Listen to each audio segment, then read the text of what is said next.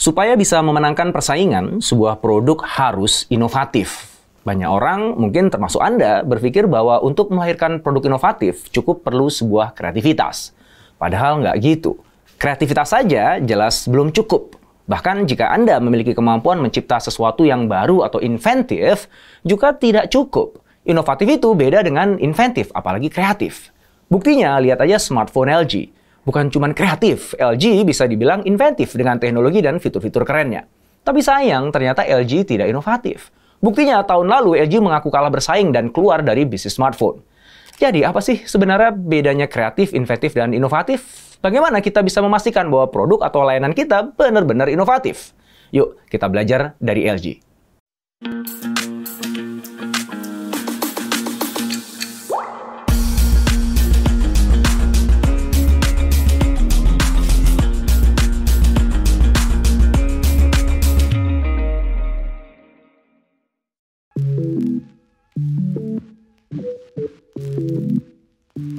Anda tahu, LG adalah perusahaan elektronik terbesar kedua di Korea Selatan.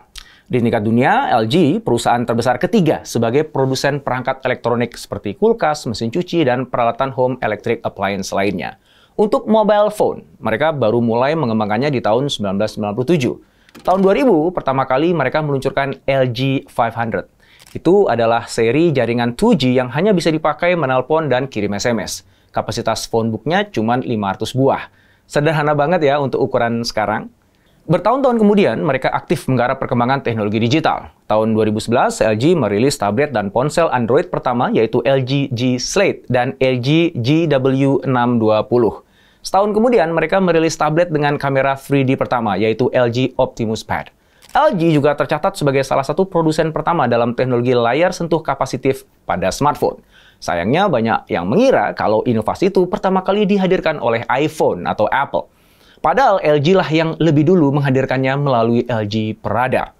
Berikutnya, sebelum iPhone hadir dengan ultra-wide kamera yang tersedia sejak peluncuran iPhone 11 ke atas, LG sudah hadir dengan LG G5 yang menyediakan kamera belakang ultra lebar. Kamera ultra lebar kini menjadi default pada smartphone level menengah dan atas yang memiliki lebih dari satu kamera belakang.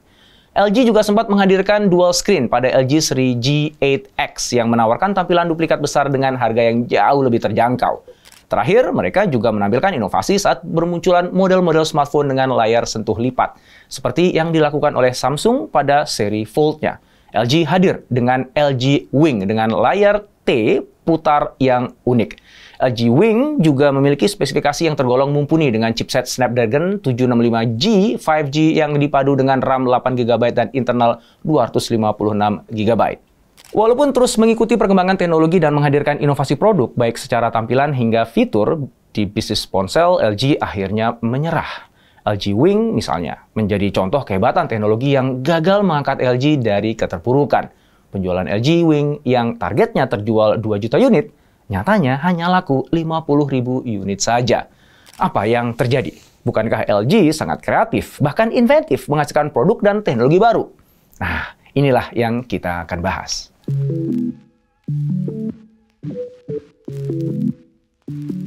Kreatif adalah ketika Anda membuat sesuatu yang baru atau berbeda, baik untuk produk maupun layanan. Misalnya, menu di restoran Anda berbeda dari yang lain, atau produk Anda belum pernah ada sebelumnya. Nah, itu berarti Anda kreatif. Sedangkan inventif adalah ketika kebaharuan atau perbedaan yang ada pada produk atau layanan Anda itu mampu menyelesaikan masalah pelanggan. Sementara inovatif adalah ketika produk atau layanan inventif Anda benar-benar memiliki nilai tinggi bagi pelanggan. Saking tinggi nilainya, maka banyak orang di segmen pelanggan Anda yang mengadopsinya secara massal. LG sangat kreatif. Buktinya, merekalah yang pertama membuat teknologi layar sentuh pada smartphone, ketika yang lain bahkan belum menggunakannya. Produknya LG Peradar. Nah, teknologi ini sekarang digunakan oleh hampir semua produk smartphone. Bahkan LG juga bisa dibilang inventif. Beberapa fitur yang mereka hasilkan bisa menyelesaikan masalah bagi pengguna handphone. Pada produknya LG G7 Thin Q, mereka memberi sinyal tentang bagaimana ponsel pengguna dapat kompatibel dengan perangkat elektronik lain seperti kulkas dan mesin cuci. Dengan semua produk yang telah dihasilkan, sayangnya LG smartphone tidak inovatif. Kok bisa ya? Nah, coba kita kaji lebih jauh ya. produk atau layanan Anda itu bisa disebut inovatif kalau sudah benar-benar memiliki nilai tinggi bagi pelanggan. Buktinya, produk atau layanan Anda diadopsi secara massal oleh banyak orang di segmen pelanggan Anda. Mereka juga akan menggunakan produk atau layanan Anda itu secara rutin. Nah, itulah bukti bahwa produk atau layanan Anda benar-benar bernilai dan dibutuhkan. Sekarang coba perhatikan aplikasi yang ada di HP Anda. Jumlahnya ada berapa? Saya yakin lebih dari 100 ya. Nah, dari semua itu, berapa banyak sih aplikasi yang rutin Anda pakai? Setiap hari, atau mungkin dalam 1 minggu, sebulan, atau bahkan dalam 1 kuartal. Saya yakin jumlahnya nggak sampai 20 aplikasi. Lalu kenapa sisa aplikasi lain yang banyak itu Anda download juga? Mungkin karena waktu pertama kali Anda lihat iklannya, tampaknya lucu, beda, unik, bikin penasaran lah. Maka Anda download.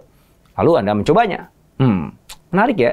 Gitu ya. Tapi kemudian Anda nggak pernah lagi membukanya. Sampai lupa dan nggak sadar bahwa aplikasi-aplikasi itu ya cuma membuat memori HP Anda penuh. Nah, kasus itu terjadi pada produk LG G7 ThinQ yang dimaksudkan bisa kompatibel dengan produk lain seperti kulkas dan mesin cuci LG, tapi akhirnya ya nggak berfaedah. Sebetulnya aplikasi-aplikasi itu kreatif. Buktinya Anda dan mungkin banyak orang lain mengunduhnya. Bisa jadi aplikasi-aplikasi itu juga inventif karena bagi Anda ada gunanya. Tapi faktanya kemudian Anda mencapakannya. Itu sebuah bukti bahwa mereka tidak inovatif. Nah, jangan sampai produk atau layanan yang Anda miliki bernasib sama, tercampakkan. Sekarang coba lihat ke-20 aplikasi tadi. Saya yakin semuanya mampu memenuhi kebutuhan spesifik Anda kan? Semuanya tidak pernah mengecewakan. Setiap saat mereka bekerja dengan baik untuk membantu Anda mencapai tujuan. Anda bisa mengandalkannya. Itulah ciri-ciri produk atau layanan yang inovatif. Jadi, untuk bisa disebut inovatif, sebuah produk atau layanan harus hebat dari ujung ke ujung, end to end. Bukan hanya sekedar punya fitur teknologi terbaru, tapi juga teknologi pendukungnya mumpuni, lancar, dan mudah bagi penggunanya. Kokoh ekosistem pendukungnya, termasuk dukungan pengembang pihak ketiga. Coba bayangkan jika Apple meluncurkan iPod tanpa aplikasi iTunes Music Store yang mumpuni dan 200.000 track lagu hasil deal kontrak dengan label rekaman. Pasti akan gagal. Untungnya, Apple tahu bagaimana cara meluncurkan produk yang bakal laku. Apple selalu berpikir jauh, dari ujung ke ujung. Setelah peluncurannya, iPod bukan hanya mampu mendongkrak kuat penjualan produk Apple, namun juga berhasil mendisrupsi model bisnis industri musik untuk selamanya.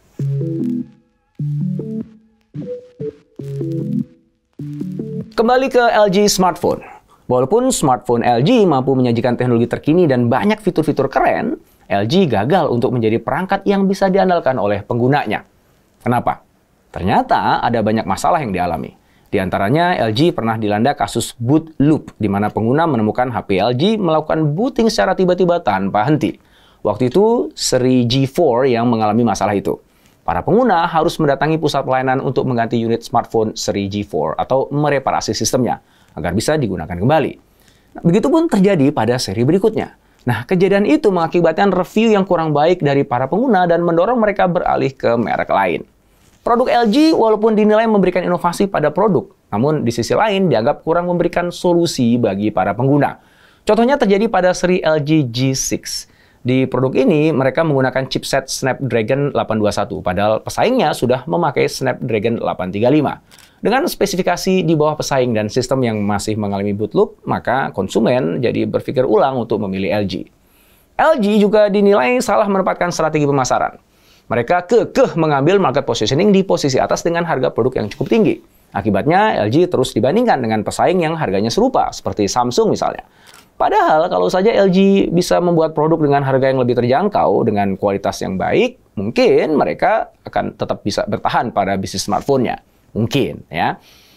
Selain masalah-masalah tersebut, LG juga tidak pandai dalam marketing. Anggarannya mungkin memang nggak sebesar Samsung, tapi kan bisa aja mereka lebih kreatif kan, seperti yang dilakukan Vivo, Oppo, atau Xiaomi.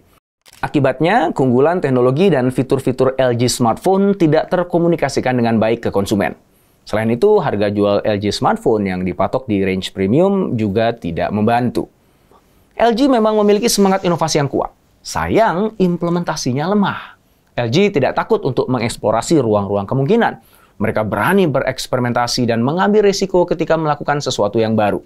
Namun, keberanian saja jelas tidak cukup. LG pernah melakukan gebrakan radikal. Mereka meluncurkan LG G5 yang dipasarkan dengan istilah modular smartphone. Pada smartphone yang dibuatnya itu, Anda sebagai pengguna bisa mencopot bagian bawahnya, kemudian menggantinya dengan modul yang berbeda.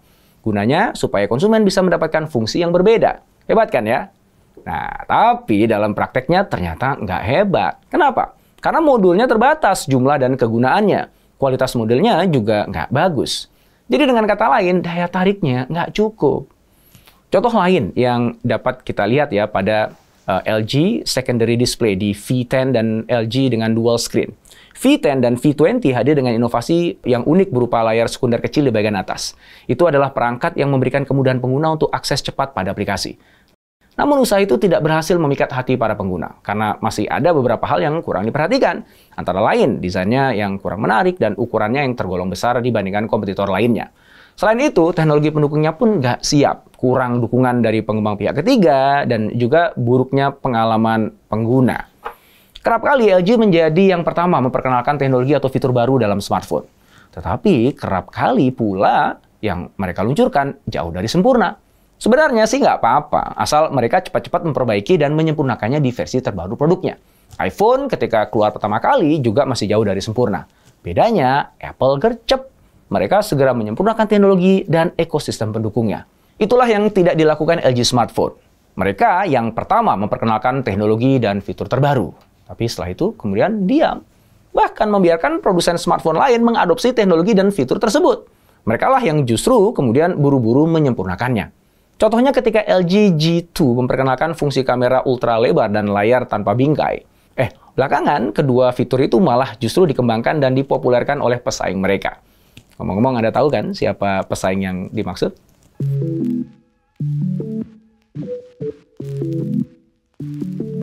Ada dua kesimpulan besar yang bisa kita ambil. Pertama, untuk memenangkan persaingan, kreativitas saja jelas tidak cukup. Inventiveness juga tidak cukup. Harus inovatif. Suatu produk atau layanan harus benar-benar memiliki nilai tinggi bagi pelanggan. Sehingga karenanya diadopsi secara massal oleh orang yang banyak yang ada di segmen pelanggan Anda. Nah, sekarang coba cermati produk atau layanan Anda. Sudah inovatif atau belum? Kalau Anda bingung cara ngeceknya, nah lakukan hal berikut ya. Terlebih dahulu, cek tingkat adopsi dari teknologi atau fitur di produk atau layanan Anda.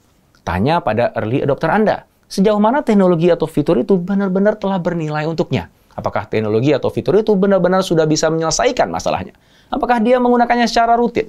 Apakah dia selalu memilih solusi yang Anda buat itu dibandingkan dengan yang sudah ada sebelumnya? Apakah dia sudah jatuh hati pada solusi Anda sehingga tidak mau kembali lagi ke solusi yang sebelumnya dia pakai? Kemudian lihat mereka yang di luar early adopters. Bagaimana traction-nya di pasar? Apakah mereka berbondong-bondong juga mengadopsi solusi Anda? Jika semua jawaban dari pertanyaan itu adalah iya, maka kemungkinan produk atau layanan Anda inovatif. Oh iya, jangan lupa juga cek grafik traction-nya ya. Apakah berangsur-angsur semakin lama semakin tinggi, atau tinggi di depan, kemudian berangsur-angsur turun? Jika jawabannya adalah yang pertama, berarti bagus. Tetapi jika yang kedua, maka bisa jadi keberhasilan Anda itu cuma hype sementara. Kesimpulan yang kedua, nah ini untuk memastikan innovativeness. Jangan hanya fokus pada teknologi atau fitur terbaru saja, tapi juga bangun teknologi pendukungnya. Desain pengalaman penggunanya dengan sangat baik, lalu perkokoh ekosistem pendukungnya. Termasuk di sini adalah dukungan pengembang pihak ketiga. Nah, sekarang coba lihat semua itu di bisnis Anda. Seberapa serius Anda membangun semua itu? Sudahkah Anda alokasikan sumber daya yang cukup untuk semua aspek itu? Apakah semua hal itu sudah disiapkan sebelum produk atau layanan inovatif Anda diluncurkan? Pertanyaan-pertanyaan itu perlu Anda jawab, karena banyak perusahaan yang terlalu fokus pada produk atau layanan utamanya. Mereka lupa menseriusi sistem pendukungnya. Padahal di dalam bisnis semuanya saling terhubung. Apalagi jika Anda menggunakan model bisnis kekinian. Segala sesuatunya sudah menjadi lebih kompleks. Itu sebabnya gunakan teknologi yang bisa memudahkan prosesnya. Kita harus mau capek menelaah kompleksitas itu, agar pelanggan kita tidak perlu membayar harga kerepotannya. Di mata pelanggan, semuanya harus simple, harus mudah, harus seamless. Biarkan kita saja yang menanggung lelahnya ngurusi kompleksitas itu. Seperti kata Dylan pada Milea, pelanggan idamannya. Menyajikan produk inovatif itu kompleks. Kamu nggak akan kuat. Biar aku saja. Kamu cukup menikmati saja hasilnya.